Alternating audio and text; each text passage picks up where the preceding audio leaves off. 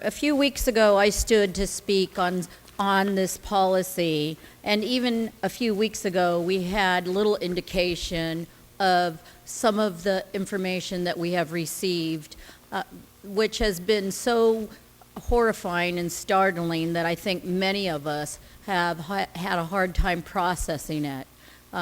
This last weekend, there were thousands that marched across the country basically saying we need to keep families together. This, again, is not a Republican, Democrat issue. This is an American issue.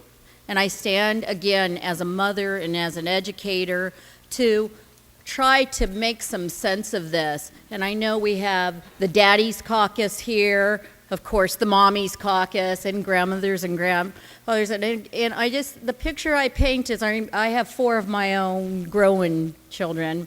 And I think about one of my daughters who I had to rock every night, and she had a special blanket. And when I'd put her to sleep, I had to carefully put her in the crib with her blanket after she was asleep. Otherwise, she would wake up and cry and cry. And I think of all of the ways mothers and fathers put their kids to sleep. For many of them, there's a special toy, there's music, or whatever it is they use, and within a moment to be torn away from your mother or father or caregiver and be left alone without those things that soothe children. I also think about as kids get older, for so many parents right here in this room, when they get to 6th grade, many of them go off for the first time to camp. And that's a very big deal, and their bags are packed, and yet parents are nervous, and letters are written, and tears, and yet they know their parents are coming back and they're going to see them, and it's very emotional.